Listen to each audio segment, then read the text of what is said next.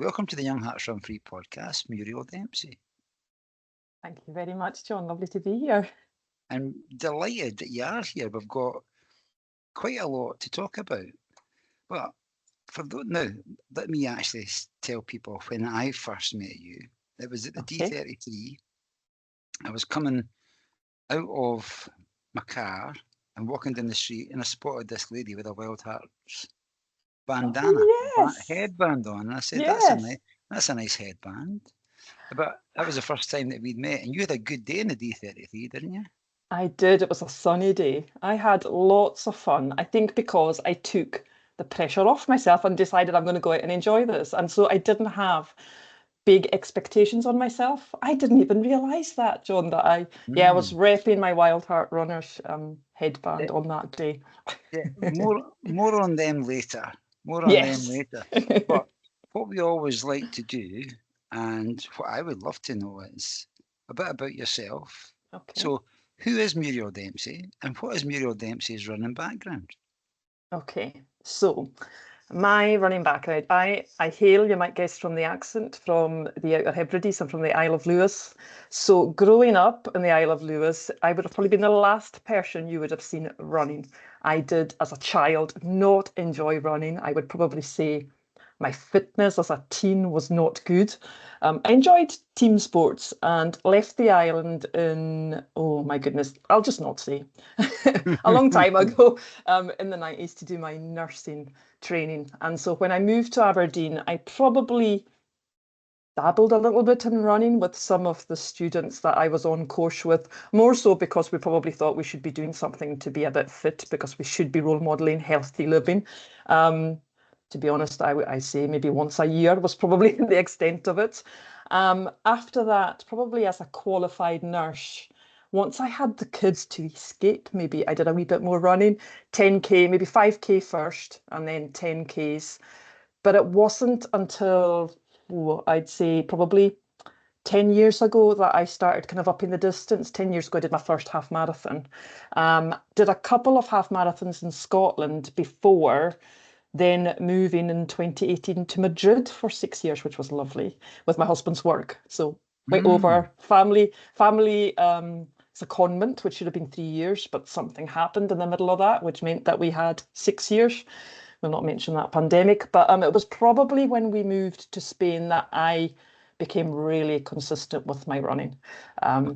And if I'm honest, probably the why to that was being an expat's hard. When you go somewhere new and you don't really know people, it was probably a way of something I could do that made me feel good and connected me with people in that I could enter events and turn up and not have to talk in Spanish. Yeah, I get that. Which was actually quite nice. And there was this kind of shared, we're all in this together, even though we're not communicating with words.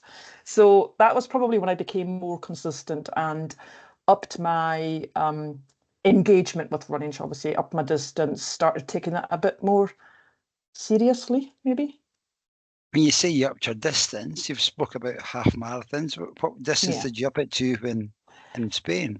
Marathon. So when I went over at first, I did the Madrid half. And how I got into marathons, my other half my husband had done Loch Ness, and I was so in awe of people who did marathons and thought, oh my goodness, how can anybody ever do that? And after doing the Madrid half, I must have said at one point, oh, I wish I could do it. Do you think I could do it? So for my birthday, he entered me into the Madrid Marathon. That I wasn't sure I was too delighted with that as a present, to be honest. But that kind of set that, right, you're running a marathon. But unfortunately, I was due to run a marathon when COVID hit. So that marathon didn't happen for a long time later. But by that point, I was in the mindset of I'm training for a marathon. And I had a swell at that point, but I guess because I was living overseas, the world of social media, the Insta running world was something that it was a way of connecting with people who are running that I could talk to using language. And I signed up for coaching with Marcus, who was an Essex runner, I think still is, down in England. I'd had conversations back and forth with him. He's an incredible runner. He's a triathlete and is a gazelle.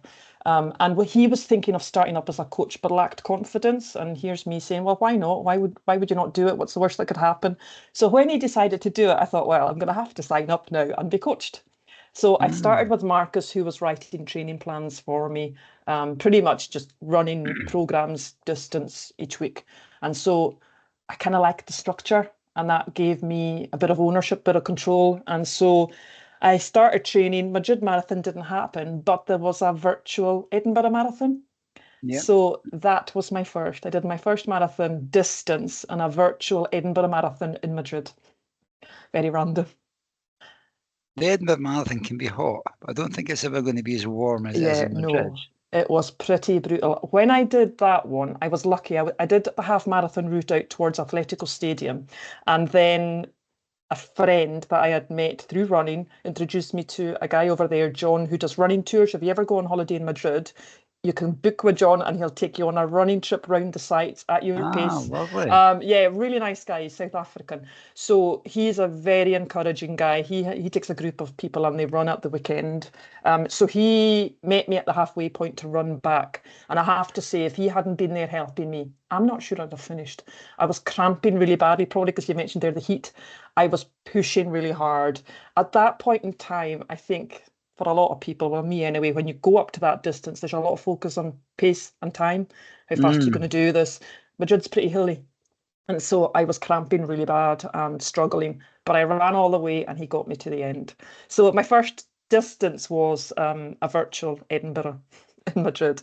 And in fact, my second one, I think, was a virtual as well. I did the Kilt Walk, but I ran it. I Okay. ran. Before you go there, can you tell me Yep. Marcus' second name? What's Marcus? Marcus Sladen. Marcus Sladen. Okay, thank you.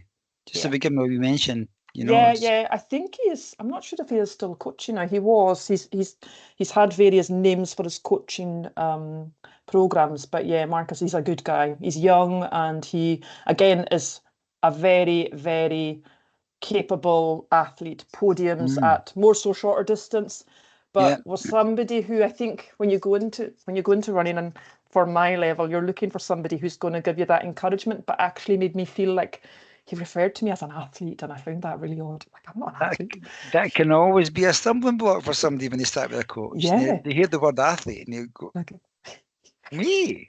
You know, Exactly. so it could be a bit like Yeah. that. But it sounds like Marcus has had an impact on you. Oh, absolutely. You know, yes, which is great. So you mentioned running the Kilt Walk. Go back to that. Yes. So I think the next thing I signed up to was, again, I thought, because at that point it was horrific in Spain with the pandemic because we had curfews. We couldn't go out and exercise other than, I tell you, that makes your pace go up when you think the police are coming and you're almost at your hour shop. So the next thing I entered was the virtual Kilt Walk. But I thought, I can run it. There's no rules. I'm doing this virtually. So decided, I guess what I've missed saying for that second one was I kind of felt that this is a chance to run. I'm a big believer in running for a cause. So I ran it for charity. So I was raising money for the Cajonas Scottish charity. And so I thought, I'll just put a kilt on. This is fine. I'll run in a kilt. So if it was hot the first time, it was even hotter the second time in a tiny little kilt.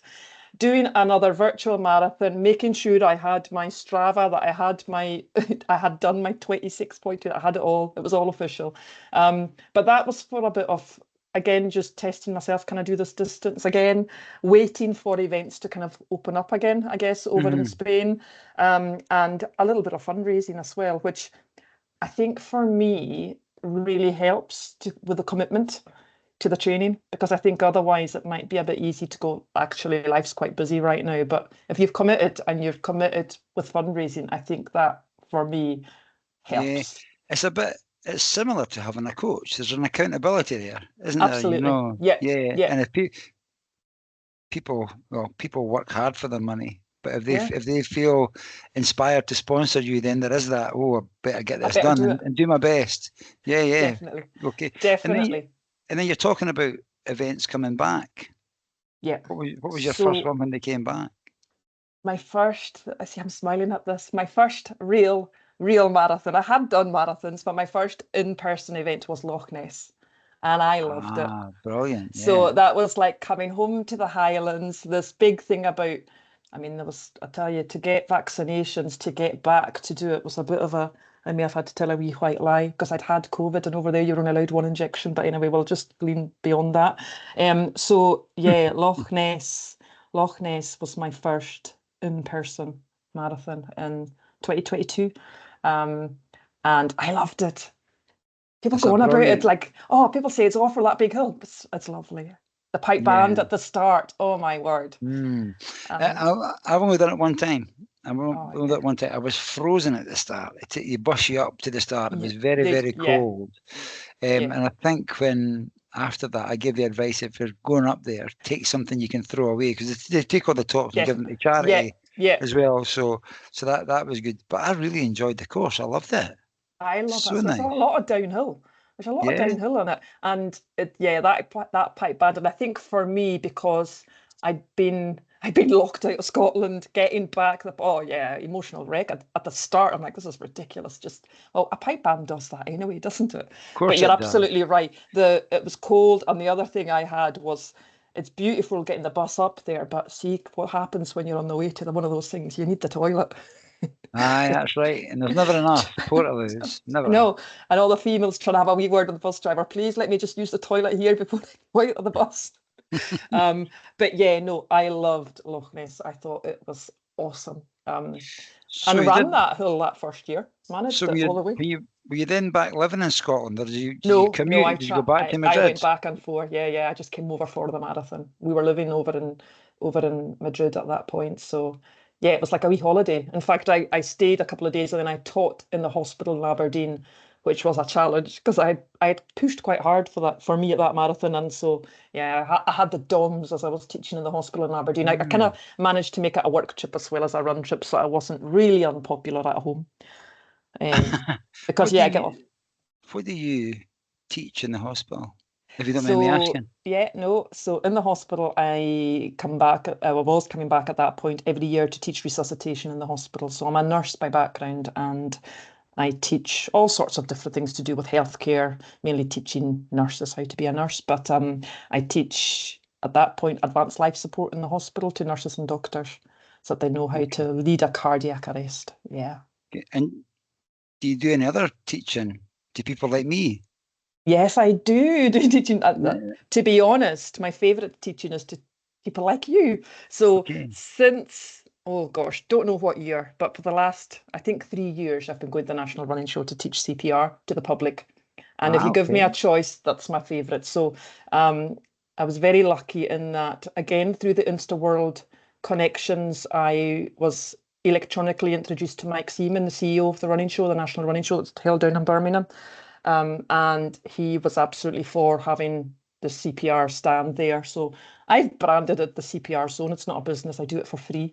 But every weekend I teach the public, runners, or they don't have to be runners, people who come along with them, how to do CPR. So I've been doing that locally in Aberdeen as well for one of the running Fit Like Joggers running groups. So anyone that will listen, I will Hmm. teach CPR and how to use a defib.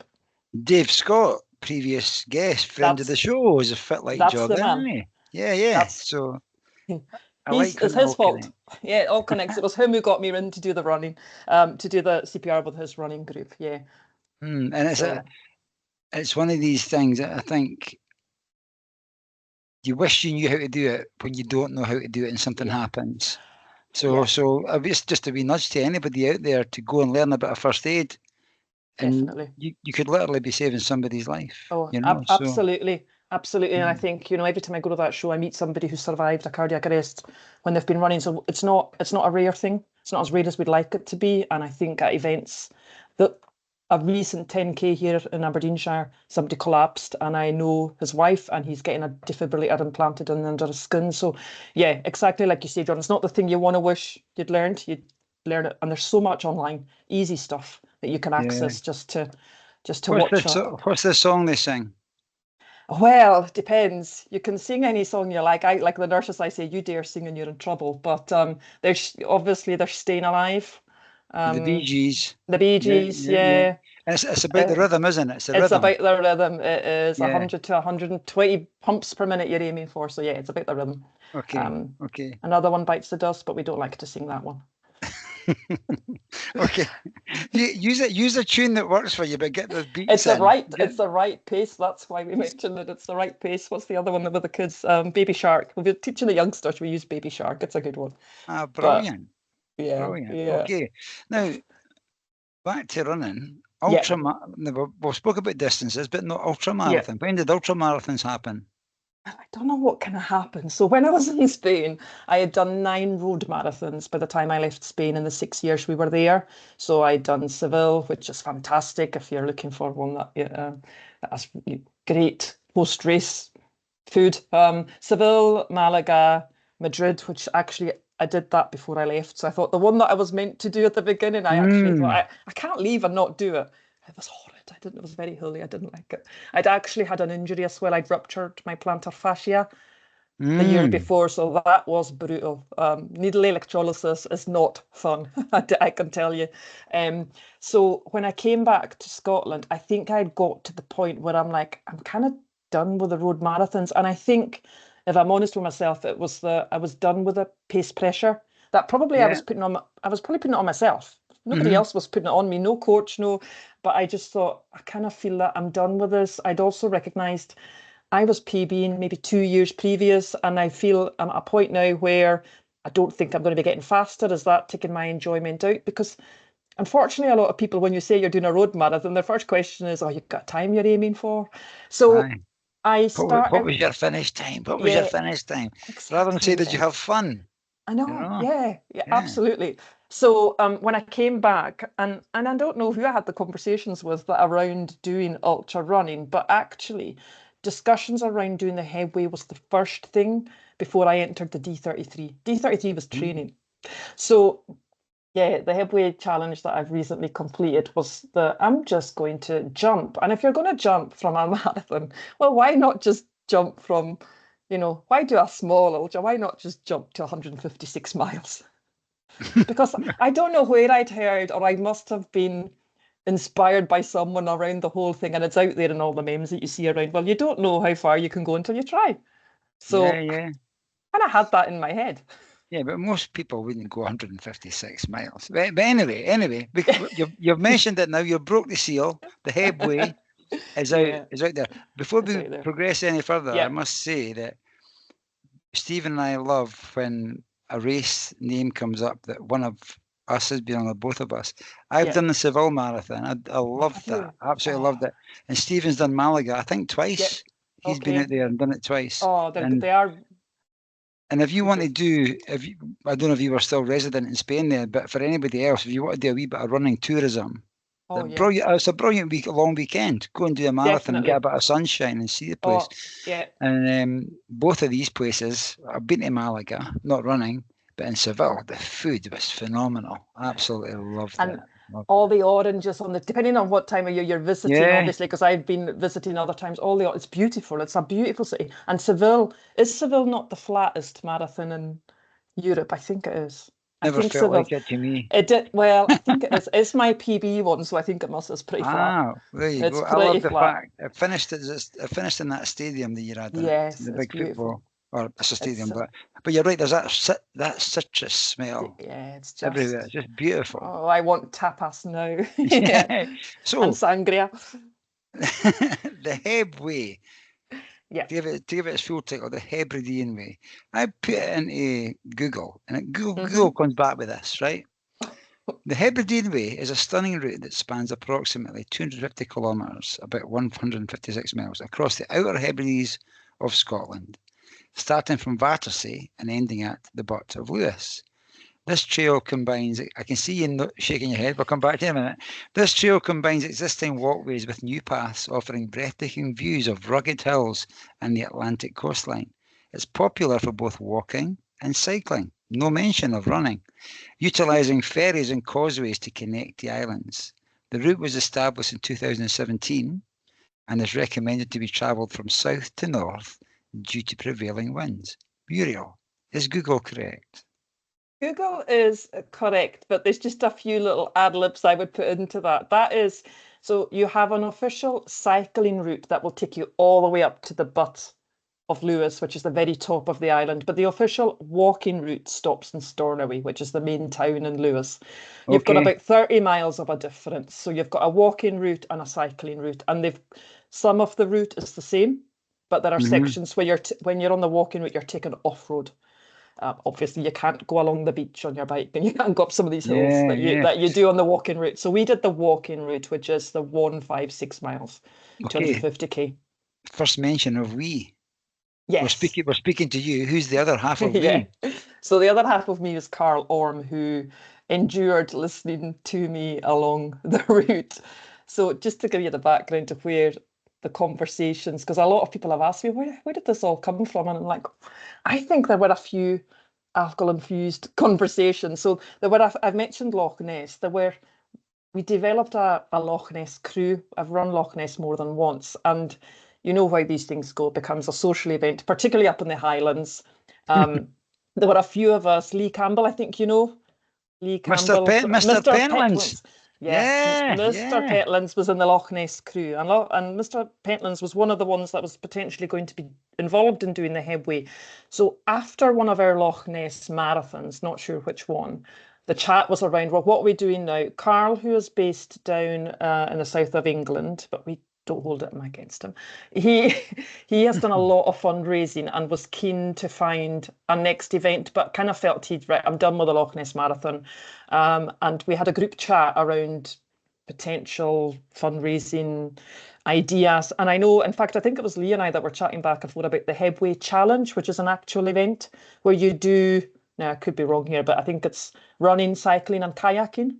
It's an organised event that you can do in teams, you camp, but that, because it's quite restrictive because there's dates you have to do it and there's various things. So amongst all of that, I think I may have thrown in, well, there's a Hebridean route that that I know of because I'm from the Hebrides, never done it, but you could run the route. So the kind of conversation kind of came from there, with Carl deciding he was going to do that as his next main fundraiser. So Carl, by background, I met via, again, during that pandemic time. It was quite odd, actually, because I was out cycling one morning as part of my cross training and heard him talk on a podcast about his fundraising, and he was doing 10 and 10 marathons for Breast Cancer Now charity. His mother has unfortunately had breast cancer twice, is doing well from that perspective, has survived it. But I think one of the other crazy things he was doing in lockdown, he climbed Everest on his stairs. I don't think he's got any carpet. He can't have any carpet on the stage now. So had done lots of crazy things, run a balcony in Spain, run a marathon on a balcony in Spain. It's like things you just think, why would you? So as a veteran, I guess he's got that kind of resilient mindset to be able to do very challenging things. So he, I think, was the person who's like, right, I'm going to do this. Who's all in? And I kind of said, well, I'm in. But I think my initial thoughts were, well, I could do the Lewis Harris section. Initially, I'm from Lewis, I could do that section, but over time, I'm not quite sure how it evolved to, oh, well, if you're going to do it, you might as well just do the whole thing. I've never been to Uist, I'd like to see it. So I went with the attitude of, I'm going to try this. If I have to stop, I have to stop. It's support for Carl's fundraiser, his big idea, but it kind of just evolved to, like, I'm really committed and I'm doing this now. And I think probably the charity side of it and the fundraising became really a big focus. So yeah, that's where it evolved from. Alcohol, eh? It's dangerous stuff. It's a dangerous stuff. So fantastic. And the bit that's I can't get out of my head is ran a marathon on a balcony in Spain. That's I know. So yeah, mad. He definitely did. But he is mad. But we need mad people to do crazy things to inspire the rest of us, So fair play to Carl.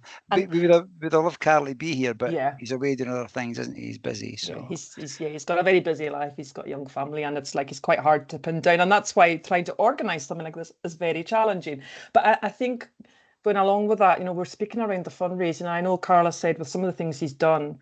And I know myself from having done fundraising for my Loch Ness. One of them I raised for the SADS charity, which is a cardiac charity down in London that provides defibrillators and support to people who've lost people through sudden cardiac death.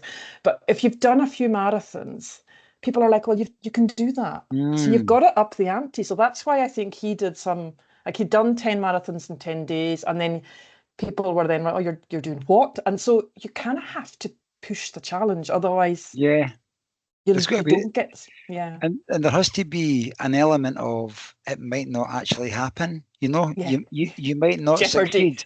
Yeah, yeah. Yeah, So a bit of jeopardy in there. I love that. I love that. So the Hebridean Way.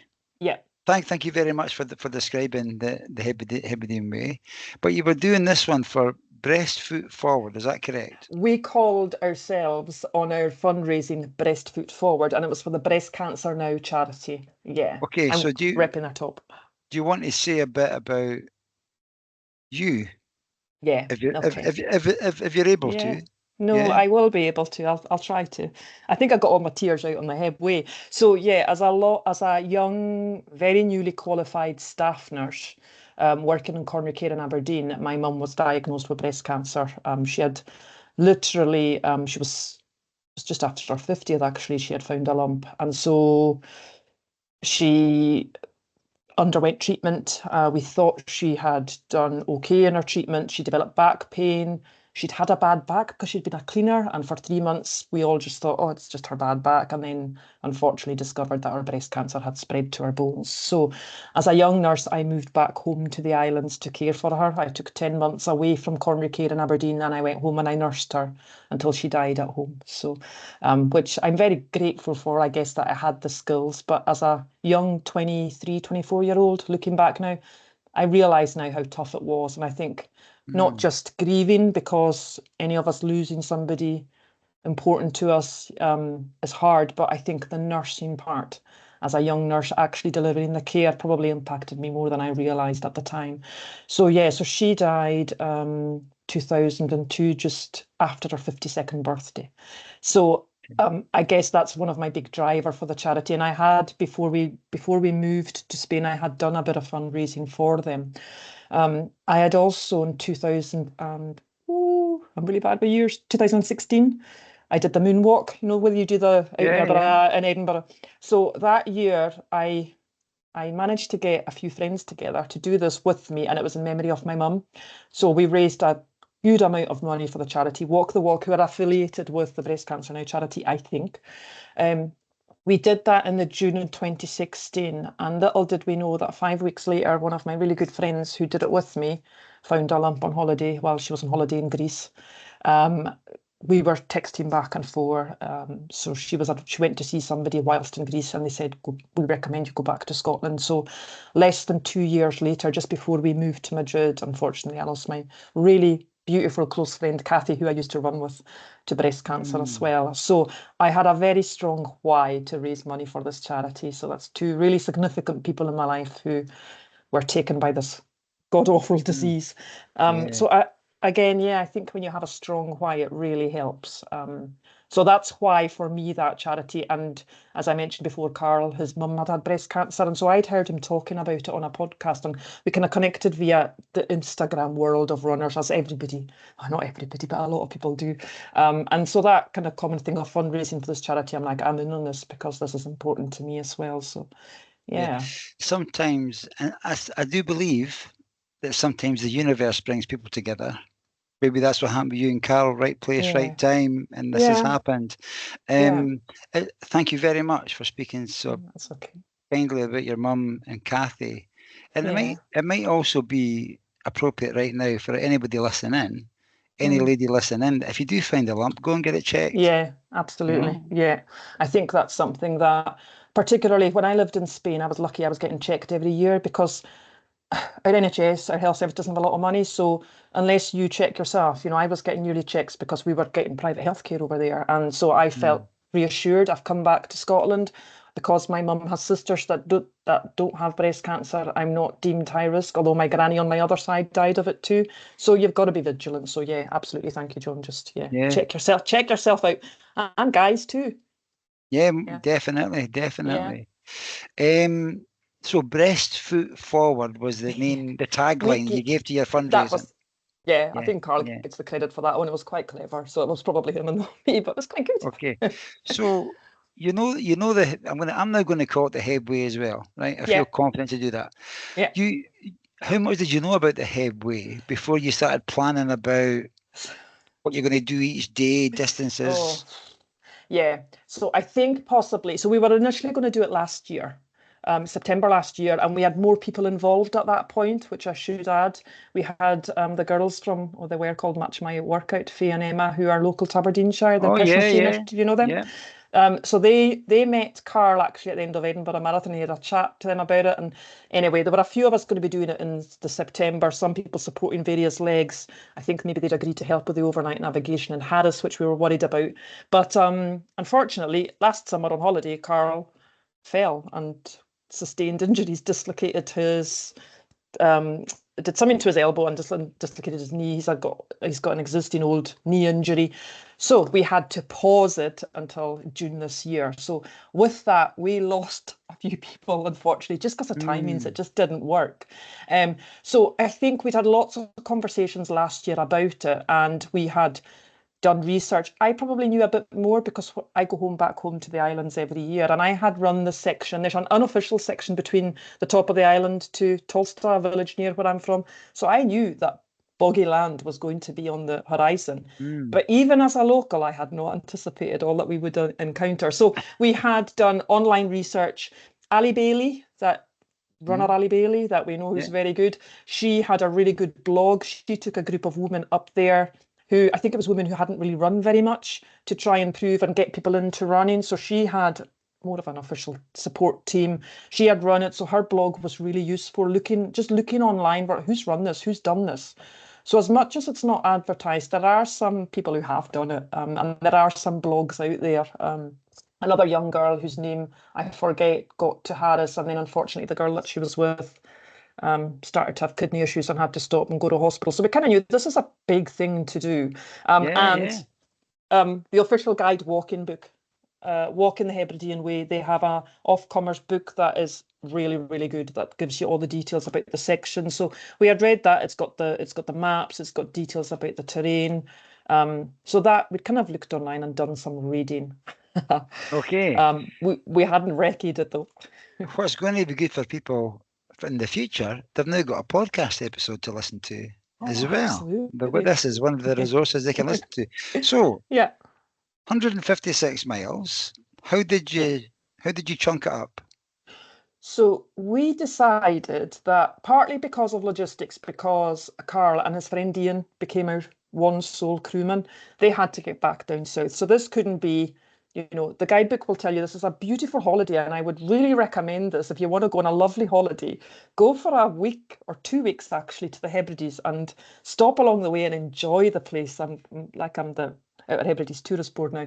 But we were like, no, no, we're going to start and we're going to try to keep going until we get to the end. We're going to just not try to be too prescriptive over breaks. We didn't stop overnight without, well, we did at one point, but I'll come to that. But we decided we had a support van.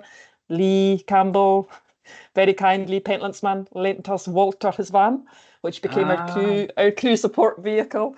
And so we had means to just stop when we wanted to. So when we felt the need to rest, we had we had a spreadsheet. We had tried to break it down to our own sections. Let's think about how much we can cover based on the terrain, and obviously having somebody with military experience who was like wanted to be very clear on let's think about let's be realistic with us around the under the terrain and the timing, and let's try and come up with some checkpoints, but recognizing we would have to be flexible.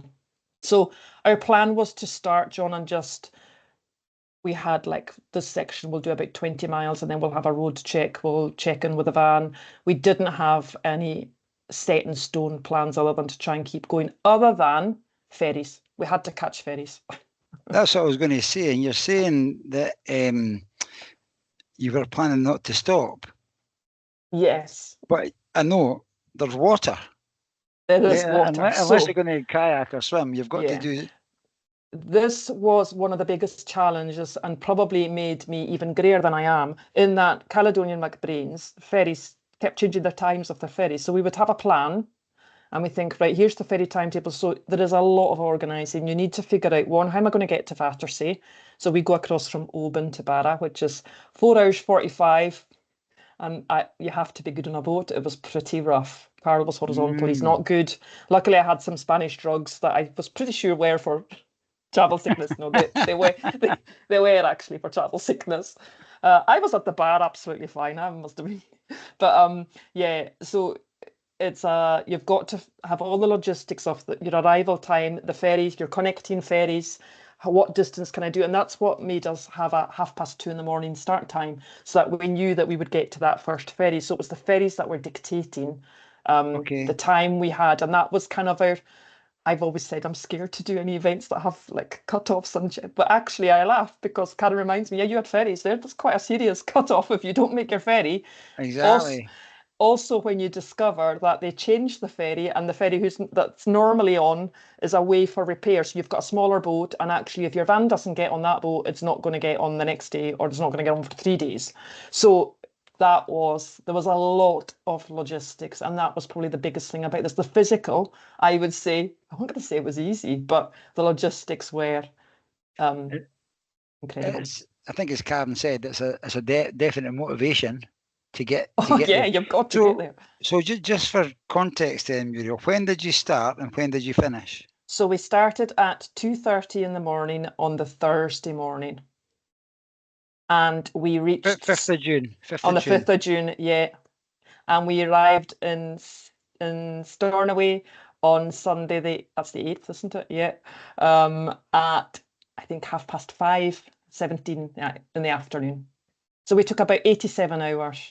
And actually, that was around the time I thought, or we kind of predicted we might do it in, all being well.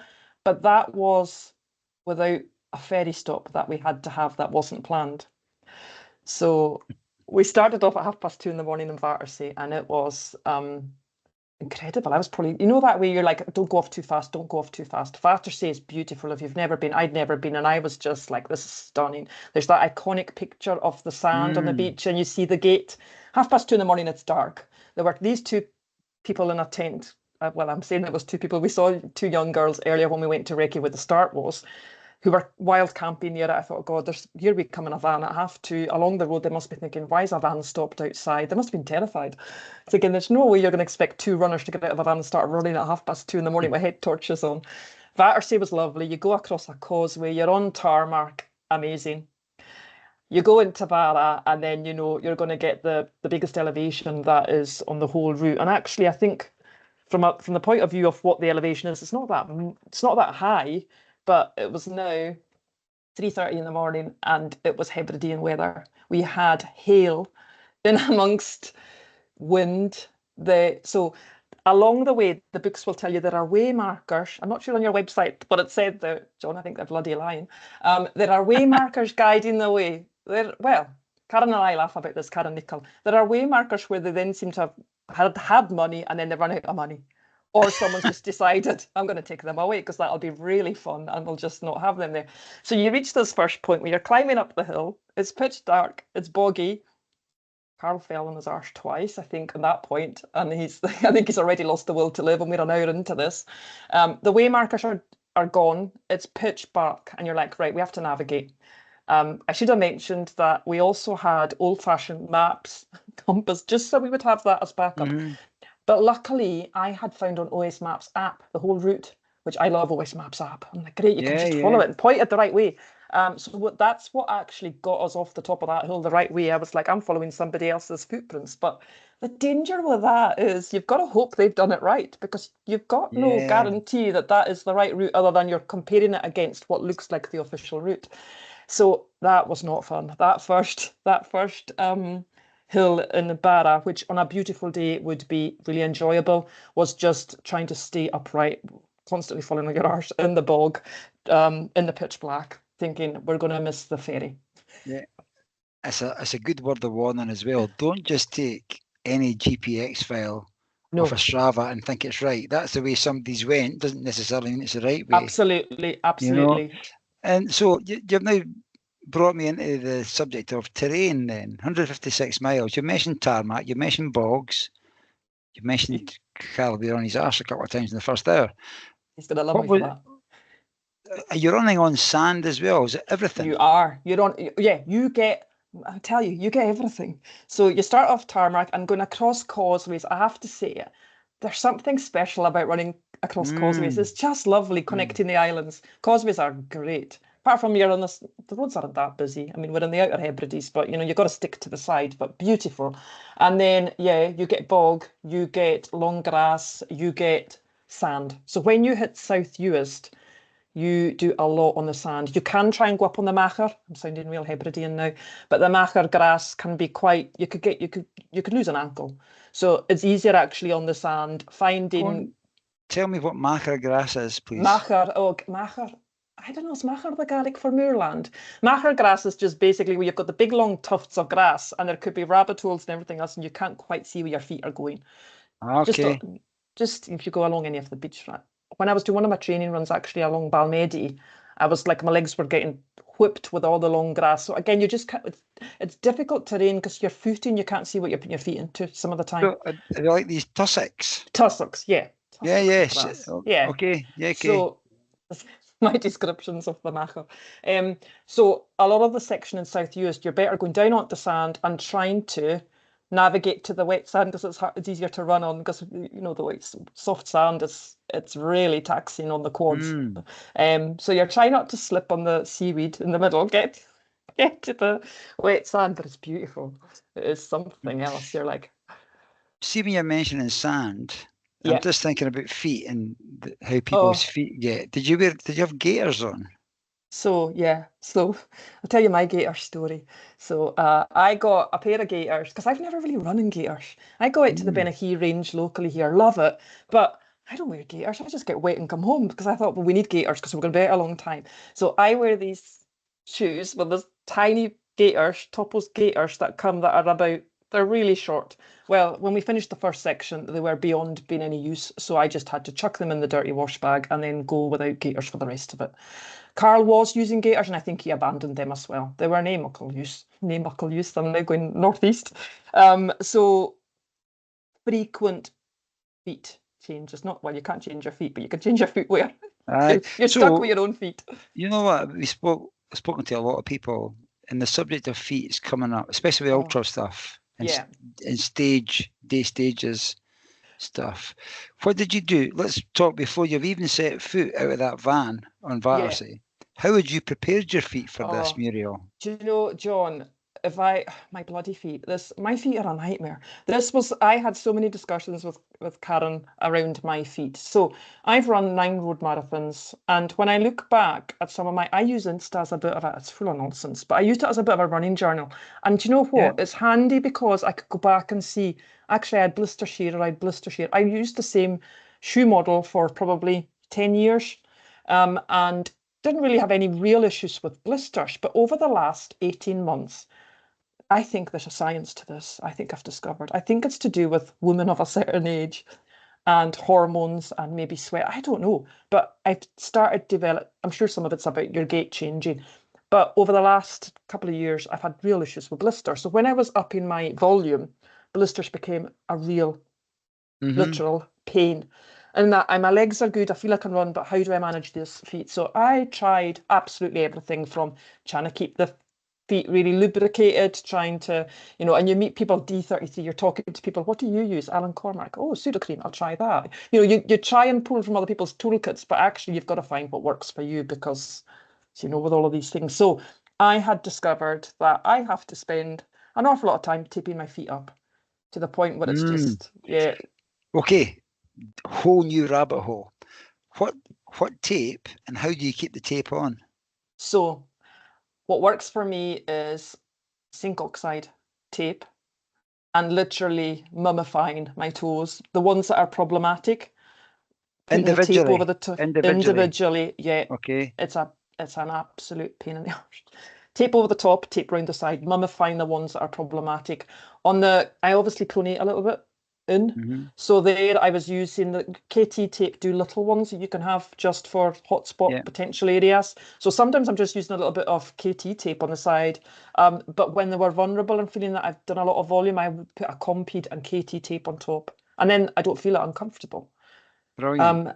The And that other works. That works for you. the other thing, and it's a pain in the neck, honestly, it's like 4 in the morning and you're having to do this. Sometimes I discover, do your feet the night before. If you're going to be getting up really early, just tape them up and put your toes. I wear toe socks. Put them on the night before and just get up, and then your feet are done, because you don't have to do that at 4 in the morning if you're doing lots of running. But blister shield powder was the other thing that has made a big difference for me. But what a bloody mess. You got a bit powder in your socks. I have never heard of blister shield powder. What's Blister that? shield, basically. It's like talc. Talc, it's like talc, because I think talc's gone, because I think it's bad for everything else. But Yeah. blister shield, I think it's Tom's or something. I found it on Amazon, and this blister shield powder seemed to make a difference for me, and that's what works. So I can't go the whole, lots of people keep their feet really supple and they're using all these fancy creams. I have to go the other way, try and dry them out. But powder in my socks, mummify my toes to the point it looks like I've had frostbite, because my tape is black just by chance, so it looks like I've on my toes like a frostbite. So while we're on that bottom of the body area, you mentioned toe socks. What is there a certain brand of toe socks you prefer? Yeah, Injinji. I've been an Injinji. I don't know if I'm pronouncing that right, but that's it. That's it for yeah, me Injinji. too. I've worn them for probably the last 8 years, and I think once you've worn them, to then go to anything else just doesn't feel. It's different, isn't it? Yeah, it feels different. And out of preference, is it the anklet ones or the calf ones? So it depends. So mainly the ankle ones, because I'm a big fan of calf sleeves, and I think that's probably psychological. Play a placebo thing in my own head. So I tend to wear the ankle ones with calf sleeves. However, in the winter, if I'm out in Dennehy, I'll have on leggings and the longer ones, the calf ones. Yeah. So it's depending what you're doing, depends where on you're what I'm going, doing. what you're doing. Yeah. And shoes. What's on top of the socks? What shoes are you wearing? So I'm a big Topo fan now. The Topos, which I don't know. Topos. Have you seen the Topos? I have, but not a lot of folk have mentioned them on the podcast. Well, I'm a big Topos fan. So I used to run in Brooks all the time. Brooks Glycerin. I've always liked a cushion shoe, even though when I was in Spain, I had a guy I was going to for strength training who was fantastic. He was a physio, and he was the one, you're doing too much volume. And he's probably right. That's probably how I ruptured my plantar fascia. But he goes about in these things that you think he's going to soak up the wall, like the barefoot. He's a real big fan of barefoot stuff. So I kind of had been looking at wide toe box stuff, and so Top were quite like Altra. They're wider toe box, and yeah, I really like them. So I shifted to them literally just before the D33, because I had gone for a gait analysis. I've spent a fortune on different shoes. Was put into Hawkas, they were a disaster, 5K, and I'm like, I've got hot spots, my feet are, but they just didn't work for me. And so switched to the Topos just before the D33 actually, and I'm a big fan. Yeah, love them. They tell you all you need is a pair of shoes. That's a lie, isn't it? It's absolute nonsense. An absolute nonsense. Is there just while we're talking about shoes, is there a specific model of Topos? So I used the Ultraventure Force, which is it's a trail shoe that's got quite a bit of cushioning, which I like. I kind of need it. And also for doing something like the Headway, it'll transition from road to trail. Well, you can do you can do road on it as well. A bit of a hybrid shoe. It's a bit of a hybrid. It'll let you do a bit of road section, but it's made for trail. But that was a really weird thing. So I have there, and oh gosh, I've forgotten the Atmos, I think is the name of the running one, the road one that I have of theirs. And that was quite incredible to notice when you do something of this duration. What a treat putting your road shoes back on. I could feel the difference when I went from the road shoes. I'm like, oh, this just feels lovely. Can I just keep my road shoes on now? Just knowing they're going to get, like wearing a pair of clouds. Yeah, absolutely. You've mentioned the name Karen a few times. Can we go down that route? Can you tell me about your relationship, or what you want to share with Karen Nicol, and also Wildheart Runners as a community? What does that mean to you? Yeah. So if I'm honest, the community I know of the Wildheart Runners, I know via the online world. Because I'm in the Northeast, I've not had a chance yet to get to any, and they have so many social runs that to me just look like such an amazing community of people that are encouraging each other. So my relationship with Karen, when we decided this Headway was happening, when I left Spain, my training with Marcus ended just because I was leaving. Actually, I'm not sure he was carrying on with coaching at that point. And I had contacted Karen or the Wildheart runners just to ask about, you know, do you know what, John? I think I'd had wine again, a glass of wine that night. I think I sent a message. It's dangerous stuff. You sign up for things, don't you? And so at that point, I don't think they had capacity to coach anybody else. I was at a point where I'm like, I don't know what my finances are like. So Karen must have said, well, what is it that you're looking, let me know what it is you're thinking about doing. And I'll have a think about it. We can see what the situation is. So when I told Karen all about the background to it, she came straight back going, I've done the Hebway and I want to support you with this. And yeah, Karen is 1 in a million. I just love Karen. She's the best. So I consider myself so fortunate to have, like you just mentioned, crossed paths with Karen. And actually, she has just been a star and coached me to help me get to the best place I could be for the start line. So yeah. And you I think, may, sorry, here you go, please continue. no, I was just going to say, John, and I've not met her in person yet, and I can't wait to give her a big hug when I do meet her because she's incredible. I'm Your getting face is, emotional. your Yeah. face has Yeah. been lighting up all night, but it really did light up there. You're talking Yeah. about meeting Karen. She's good at hugging as well. She'll give you a Oh, good I hug. bet.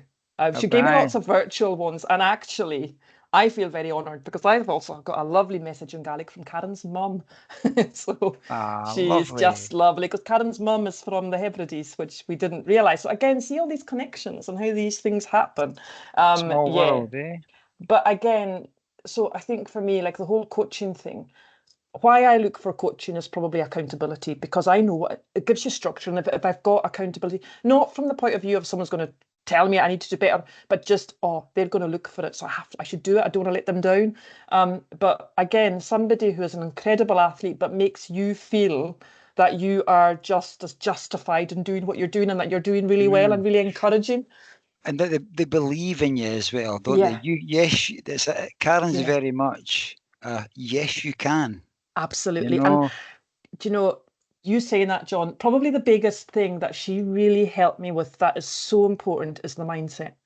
That exactly mm, what you're saying, like you can do this. And then one of the things, because she had done the route, I mean, she was smart. She didn't tell me everything, and rightly so, and I'm glad she didn't. But she was very much when we were having some of the chats, we were probably being very structured, and she's like, be flexible. And I think it's one thing that I've really learned from this, going into things like that. Things are not going to go the way you think they're going to go. Things will crop up. There'll be problems. Ferry might get cancelled. Okay, what's plan B? What's the strategy mm. now? There'll be a way around this. Sit it out, And think about it, and there will be another way around it.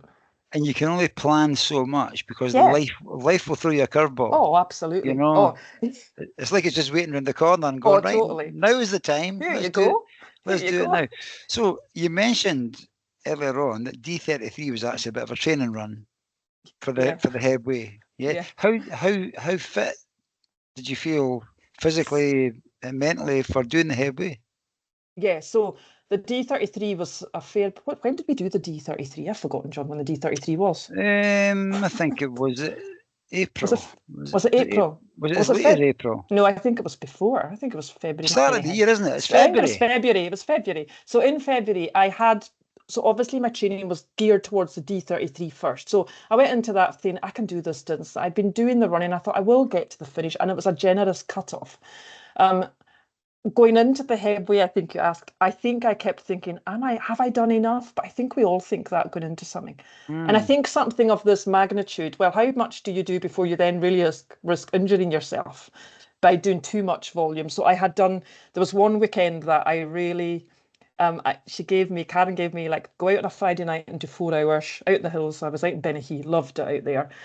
Then get up at 4 in the morning and get out by 5 and do 4 hours. So I was simulating that start stop through the night, fatigue in the legs, and then go back out the next day. So it was a really heavy weekend, and it was the heavy weekend. Sounds like I'm drinking again. It was a lot of mileage and a lot of not so much violent, that time on legs, that's what it was. And that really prepared me because I felt good after it. And I think because I wasn't saying I had to get a certain, it was time, it was all by time, do 4 hours, doesn't matter how far you go, but do 4 hours out there, mm. different terrain.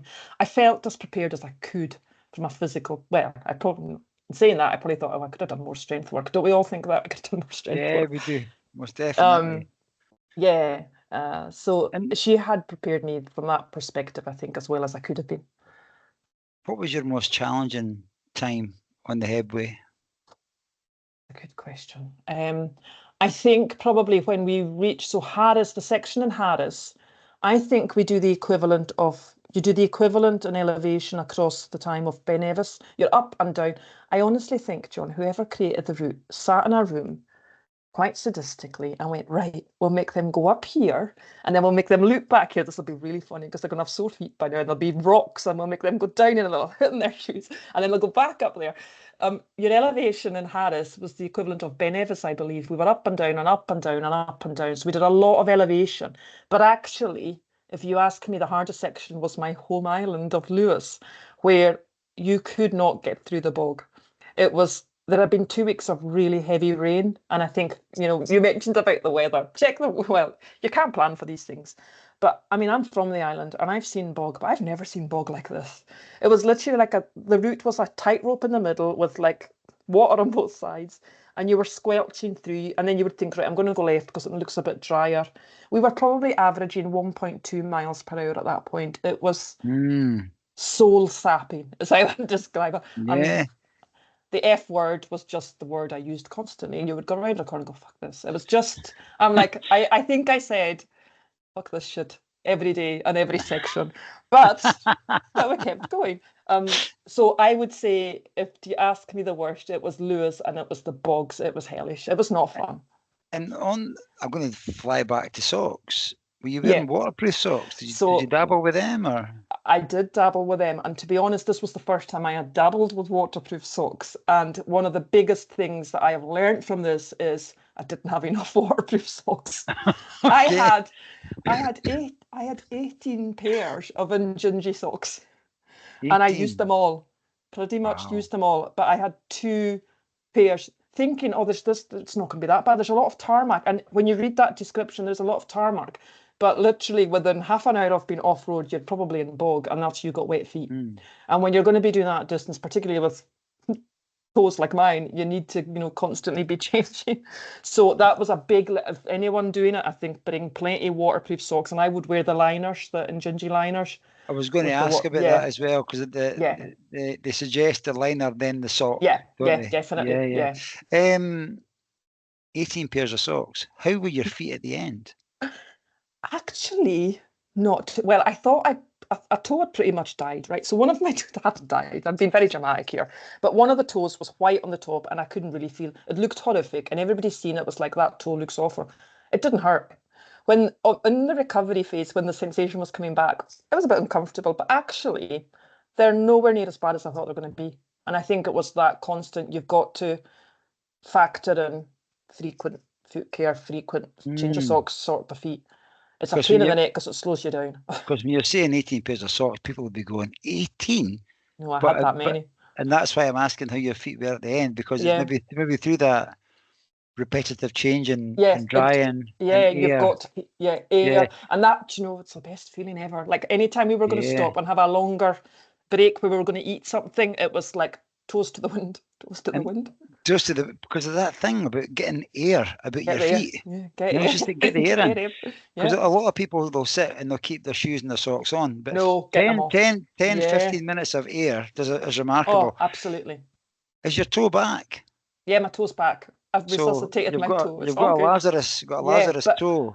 Okay. Do you know what's really bad, John? I'm going away to Spain next week, and you do not want to see these in sandals. I mean, this is one of the things I think we do sacrifice our feet if we do things like this. But listen, your feet are a testament to what you've done. Exactly. Wear them with pride, Muriel. I am going wear them with pride.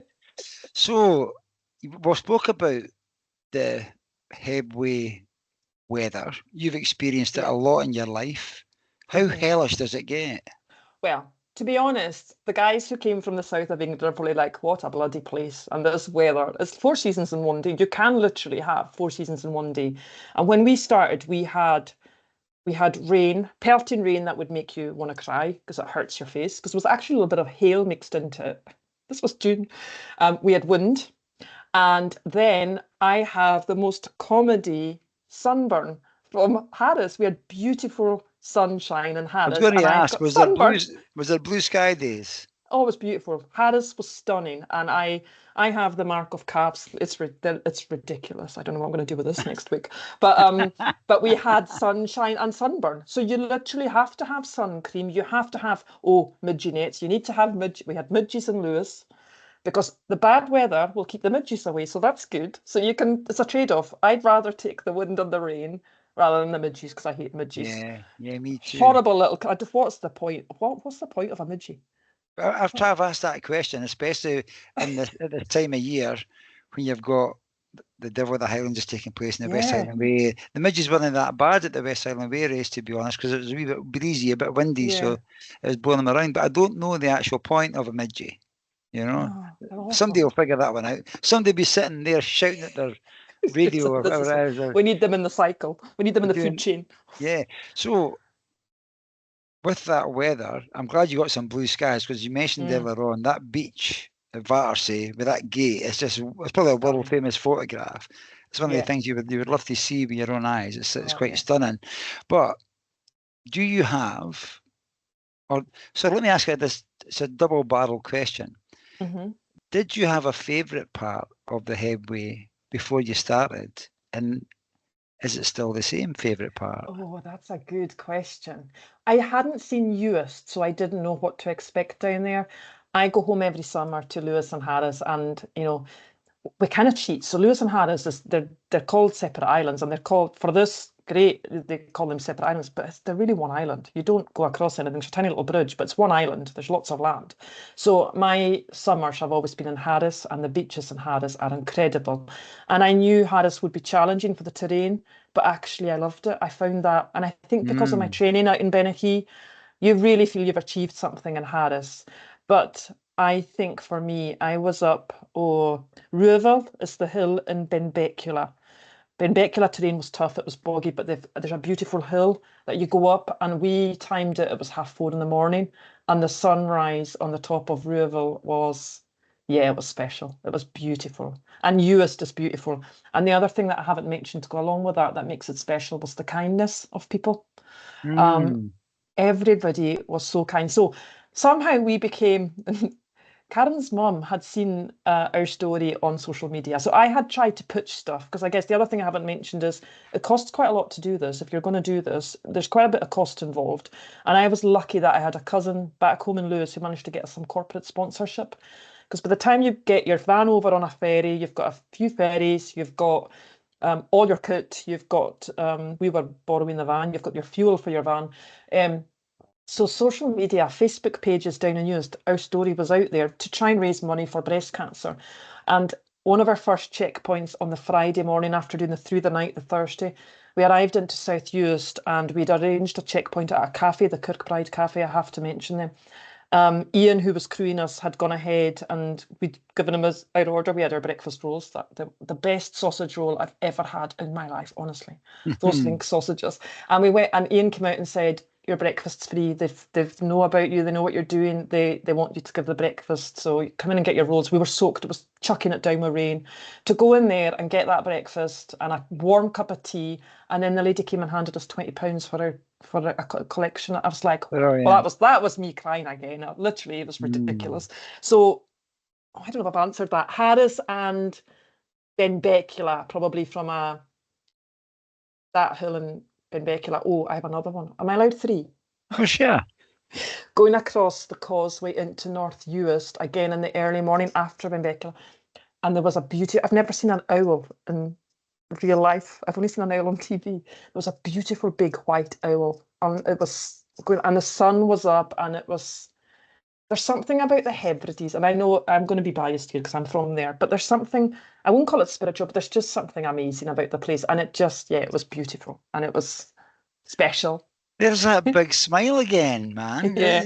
You know what though? I was going to, while you were talking about the people and the social media and the cafe and the breakfast and the £20. Yeah. I'm thinking you hear about the Hebridean hospitality, and I was also going to ask you, if somebody's thinking about visiting the Hebrides, what would you say to them? But then you've just described it beautifully, so. Do you know, part of me thinks keep it a secret because it is so special, you know.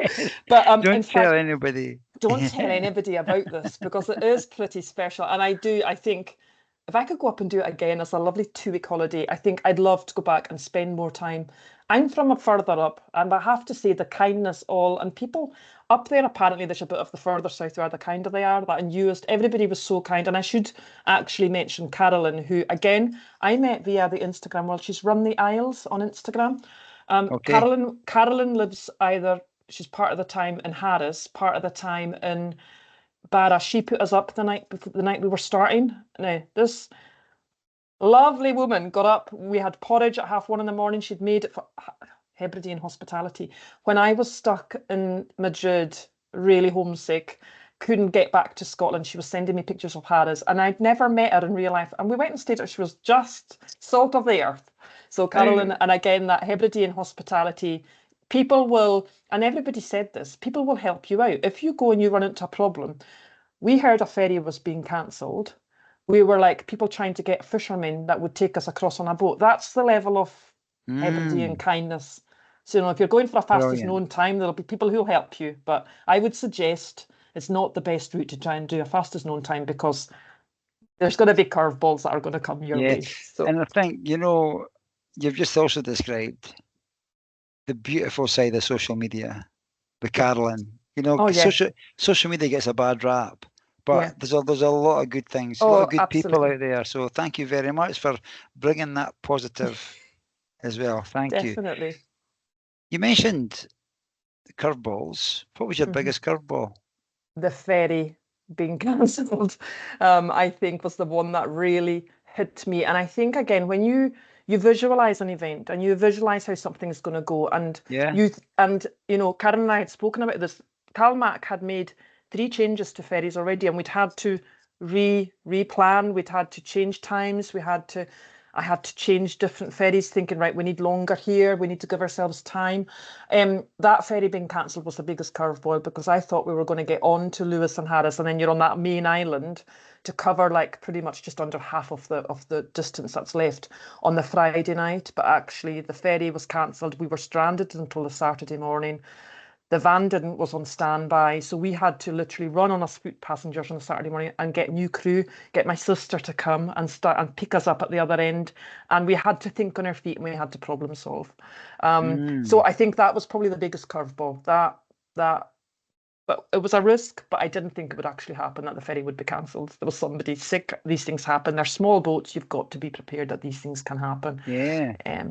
But also got to be prepared to be flexible and problem solve when you have to. Absolutely. And, you know, in hindsight, Kaz and Karen had a chat about it because we were in comms a lot. She was fantastic. And I think it was divine intervention. I think my quads and our legs had taken such a battering in the first section. It actually prepared us before the elevation we were going to have in Harris. I think we'd have probably struggled more and maybe risk injury had that ferry gone. So I'm now... Silver linings, yeah? Yeah, I think so. Everything for a reason. I love that mindset. I love that. Approaching the finish, the last day, the last hours, how did that feel? Yeah, so the last day and the last hours, I think for me, which, you know, I have to like shout out to Carl, who was so good because he didn't know the area. He was like joking about, I think they were both, and Ian, going to the hotels, who, in fact, I should have mentioned the hotel. When that ferry got cancelled, Ian had been going ahead to get hot water for our noodles and our hot chocolate, which was hot chocolate in a flask when you're tired and when you're like 2 or 3 days in. Because I think Carl and I both reckoned we'd both slept. Definitely for me, it was 6 hours over the whole thing. I got 6 hours max. And that was with that night. Yeah. Luckily, I can cope with fatigue really well. I think probably from my background nursing, doing night shift, and the 10 months caring for my mum, I was up through the night quite frequently. So I can cope with fatigue quite well. But because he'd been going and getting water and chatting to people, they gave us the 2 rooms. The guys were in a room. I got a room to myself. I was like, there's a bath. I got my Ushka recovery muscle oil. Another shout out. That stuff's brilliant. And they gave us the rooms for free because I'm like, wow, Highland hospitality.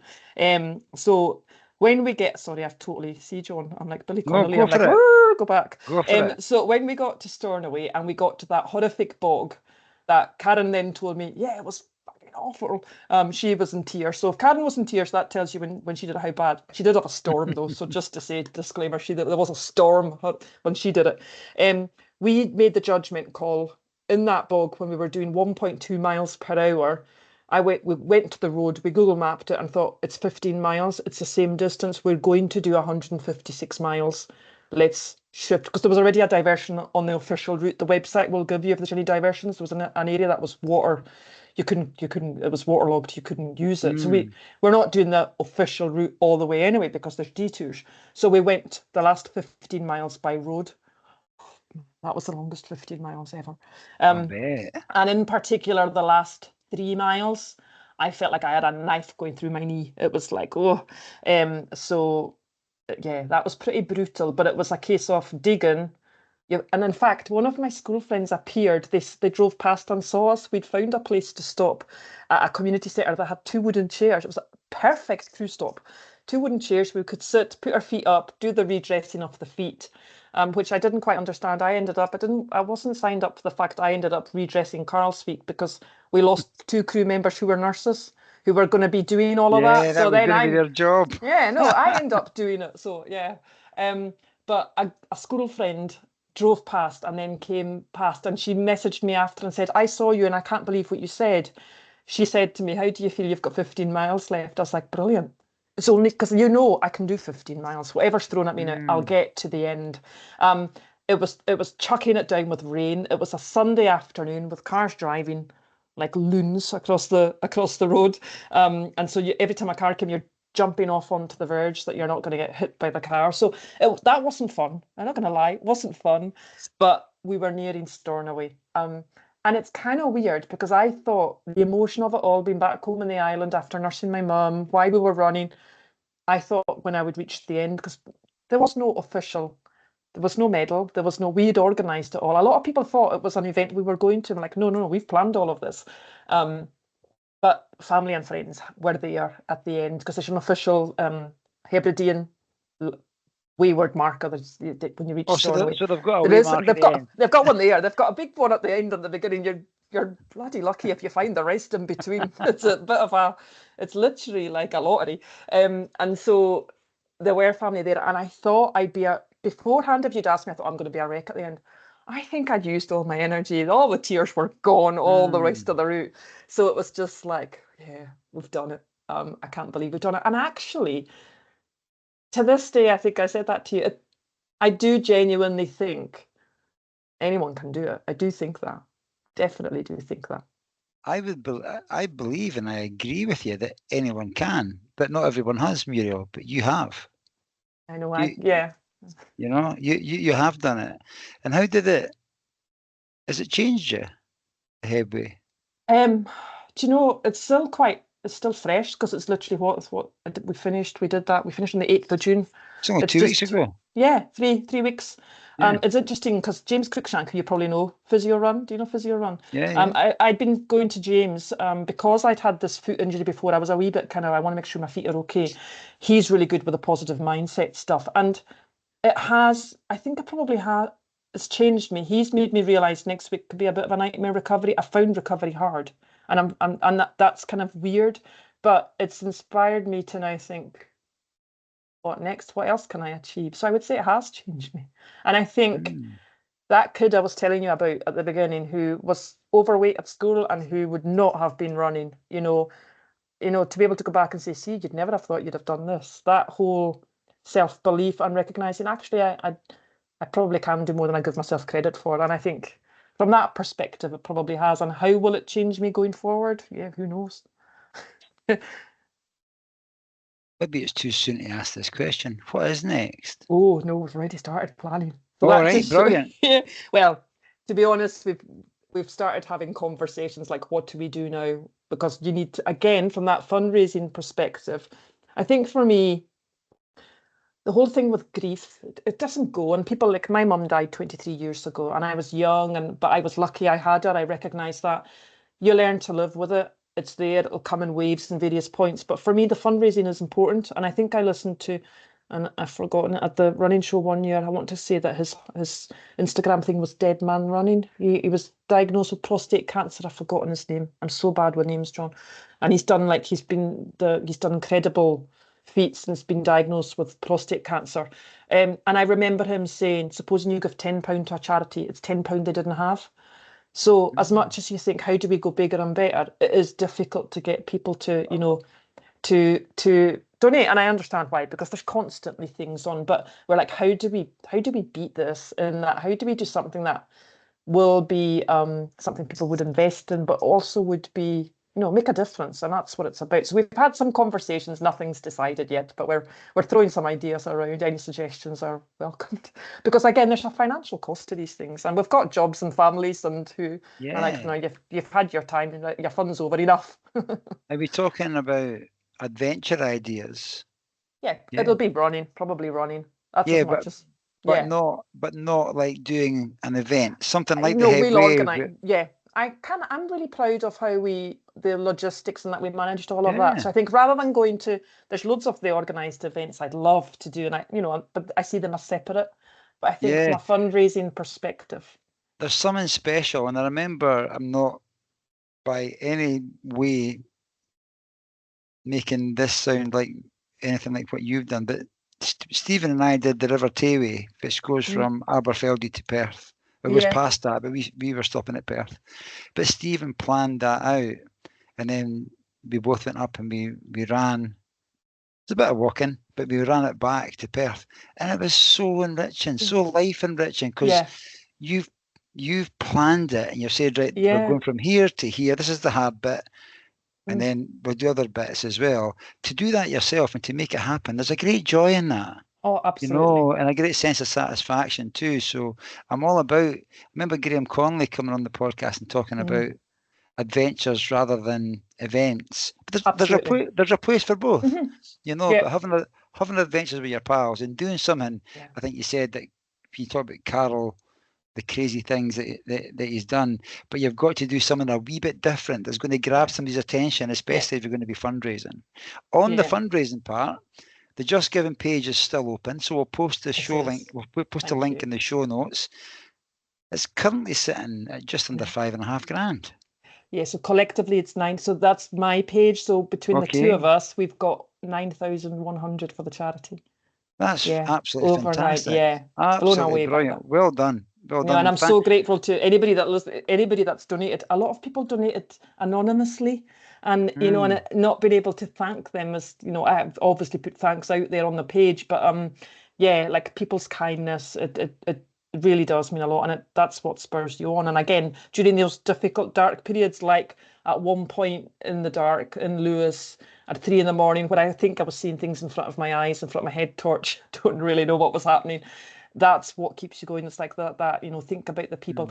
So my daughter as well, I've got a 14-year-old, she made little notes and she wrote them like read this one, mile 12, read this one, mile 20. Incredible. They started off really quite mean. You're thinking of giving up already? For goodness sake, have you even trained? And then they started to get really nice, to the point it was like, think about the people who've donated, think about your mum, think about Kathy. It was like, oh my goodness. So a strong why, and you can, absolutely. I love that, John. Yeah, totally. Adventures, that's what it's about. Make it an adventure. And I think what you've just done, you've just thanked everybody that did donate anonymously. So they're listening in. Thank you for doing that. Phenomenal. Absolutely. Now, we're going to come to a close with a couple of questions, and the first one's going to be about a dialect dictionary. But Muriel, you'll hate to go a good distance to get in better than nae muckle use. You said that earlier on. That's nae muckle use. But I don't even know. Do you know what's really funny? I don't know where that came from, because I'm nowhere. I don't speak Doric. I've lived here a long time. I've looked after a lot of people in the hospital from all over, but I don't even know where that came from. It's like random. Nae muckle use. Nae muckle use is going in. That's going in, right? But if you've got a better one. If you've got one. So we're going for a double done here, right? Okay, what is Muriel Dempsie going to add into the dialect dictionary? So when you're doing an adventure like this, you try to get a norak wherever you can. Right, you hate to spell it. That's a very good question. It's Gaelic. Norak. I want to spell it N-O-R. I'm going to have to go into, I don't even spell it properly. Norak. a norak is a nap in Gaelic. And at one point we nearly decided to nap on the road. A Gaelic for nap. Norak. I'll have to send you how to spell it. Norak. Carl heard me say the word. I think I could do with a wee norak. A norak's a little nap in Gaelic. Norrag. 40 winks. Norrag. A nap. So, Yeah. Courtney the Walter never knew she was doing it, but she's had a Norrag as well when she's out there on the trails. She has a wee norak. That's what you have. You have a wee norak, and then you're good to go again. It's a great word, a norak. It is, and it can be such a reset, can't it? And if you're having a Norrag, get your feet out, get your shoes and your socks off. Have a Norrag with your feet in the air. And then when you wake up from your Norrag, the other thing that I discovered that I can't believe I nearly never, fries Turkish delight. Oh my word. 29 really? 20, I think there's 29 grams of carbs. In one bar? Yeah.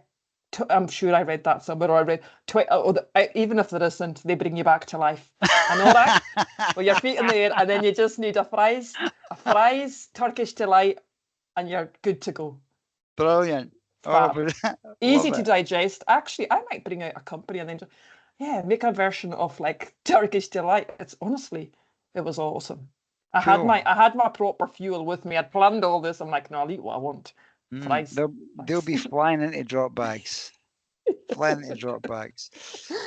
we never spoke about food. How did you fuel the Hebridean? Yeah, we didn't, did we? So we filled Walter the van and brought, how good are a thing of noodles when you're doing an event like this? Quick hot water and noodles. Like a pot noodle type thing, all different brands. Hot chocolate in a flask. I use Active Root. I brought a lot of gels. I used some gels. I didn't use a lot actually of gels. I ate real food. I really like their sports drink. Used the sports drink and used the ginger chews. So if you're getting GI kind of a bit further in, and it's fiery, so it distracts you. I think if you've got like the mango and ginger, I think they're my favourite. That was a good for the GI, but kind of woke you up. And then we've tried to plan the stops where we would. So the cafe, we're like, right, we'll get a roll here. In the we tried to arrange some of the stops nearer a point where Ian would go off and get a pizza. So we had a really good pizza in Benbeckle. Actually, it had Stornoway black pudding on it. I think that was awesome. It was good. Yeah, super food. It was awesome. So mostly whole food mostly, again. Mostly whole planned. Food. Yeah. Brilliant. Okay. Final question, musical question. There are some brilliant tunes come from the Hebrides, but it doesn't have to. It can be from anywhere you want. We are on Le Buff Buff Collection, Volume 10 at present. What tuner track is Muriel Dempsie going to share with Young Hearts Run Free listeners? Do you know what? This is a really difficult one because there's so many. When I think about my training and Scottish ones that I just love, that when they come on when I'm out doing training runs, would make me just become alive. But I'll go with one that I think links to the Hebridean. You're going to laugh at this. Rattling Bog. Do you know the Rattling Bog? Yeah, I do. But there's a few people So done the Rattling Bog. Scotcha, I don't know who Scotcha are, but on one of my Scottish music tracts, Seamus Kennedy's a very good Irish guy, and his goes on with extra versions, and you have to. And so again, if you're out in a training run, I think that's good when you're trying to remember the tree and the limb and all the different things. Aye. The flea and that's a good mental test for you. But so Seamus Kennedy's is very entertaining, but Scotcha's a Scottish version. I don't know, it's Scocha. Their Rattling Bog is full of energy.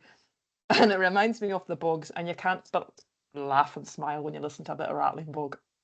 Brilliant. Thank you very much. That'll be new. I'm assuming that'll be new to a lot of people.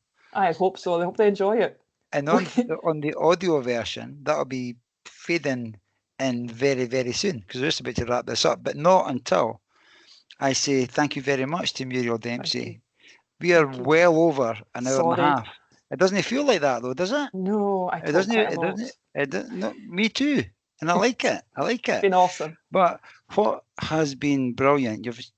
We've covered a lot of ground. You literally have covered a lot of ground. But we've covered a lot of ground here tonight, and there's been a lot of laughs. I loved when you spoke about hot chocolate from a flask. Your face just lit up. Your face has lit up a number of times. There's a lot of joy in there as well, and it's obvious to me that doing the Headway has brought you a lot of joy. But Yeah. at times it was bloody hellish Oh, as well. it And was. you described that really well. But the overarching thing, Muriel, that I'm getting from this is you had the strongest why ever. You Yeah. know, when I've got to try and not get emotional. I've got to try and do that. But when you're talking about your mum and you're talking about your good friend Kathy and Carol's talking about his mum, you were never ever not doing it. Do you know what I mean? So thank you so much for doing it, and thank you for the fundraising, and thank you as well for going out and teaching CPR to people. Oh, no, thank you. And thank you for letting me mention that, because until there's no breath left in me, I'll be determined to get runners learning how to do it. Yeah, so if you are a runner and if you don't do CPR, go and find out where you can learn about it. As Muriel said, there's YouTube videos, there may be classes near you or free lessons near you. Go and seek it out and tell your pals and take your pals. Come and see me at the running show. I'll teach you at There the running you show for free. There you go. Go down to the CPR zone. It's not called that, but that's what Muriel calls it. I call it that. Muriel Dempsie, it's been an absolute pleasure speaking to you. Thank you so much. Thank you, John, so much.